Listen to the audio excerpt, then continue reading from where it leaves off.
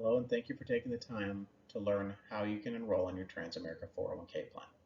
My name is Brad Hughes. I am the advisor on your plan, and as we go through this process, we will learn how to register for the Transamerica site, how to create your account, how to make your contribution and investment elections, and how to name your beneficiary. Once you go to the Transamerica site, which is transamerica.com/portal, Portal, you will select create an account, not login. From there, it will ask you to confirm your identity, name, date of birth, social security number, mailing address, email address, and you can also put in a cell phone number if you choose to. You will be sent an authentication code either to the email address or cell phone number, whichever you prefer. You will then be asked to set up your login credentials, username, password, 3 security questions. You'll log in for the first time. You will be sent an authentication code. Then from there, it will allow you to set up your account. On the chance that you have any other Transamerica retirement plans, they most likely will show up here as well, but you will want to select the plan that should be at the top and says Setup. Once you select Setup, you'll then select Let's Get Started. It will ask you to, again, confirm your mailing address, cell phone number. At the bottom, you can put in gender and language, as well as annual salary near the bottom.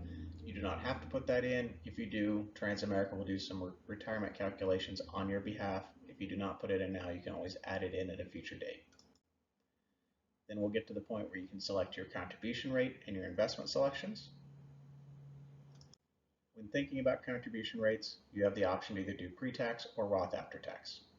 Pre-tax reduces your taxable income today, but it's taxable when you take it out.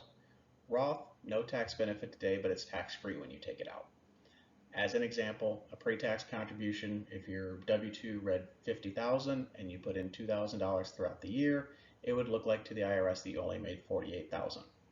Because you received that deduction for it when you put it in, you're taxed on it when you withdraw it. There's even a 10% penalty should you take a withdrawal before age 59.5 as well. Otherwise, just whatever your income tax bracket is when you go to withdraw it in retirement. Roth after tax, same $50,000, you contribute the $2,000. You get taxed on the full $50,000 today, but when you go to make those withdrawals after that age 59.5, what you've put in plus all the growth comes out income tax free. Pre-tax tends to make the most sense if you're closer to retirement or you are writing checks or owing the IRS each year. Roth tends to make the most sense if you are further away from retirement, I would say 50 or younger, maybe even 55 or younger, and you're in a refund when you file your taxes each year.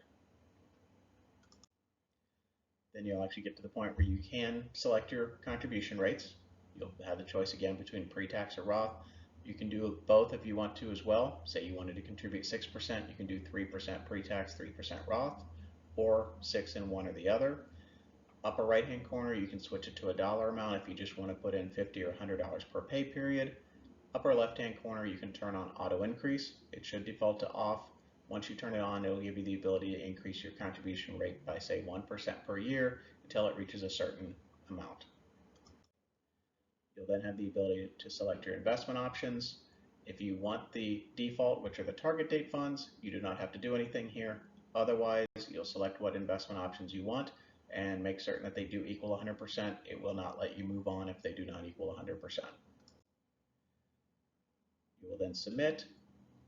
And finally, it will let you set up your beneficiary designations. It will ask you for name, date of birth, social security number of the individual, as well as address. So I do try to get people to have those ready with them when you go through this process.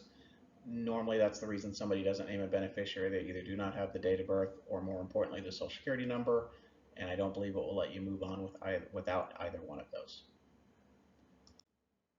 There's my contact information. Additionally, if you have any challenges logging on, you have Transamerica's information at the bottom there as well. If you have any questions, feel free to reach out.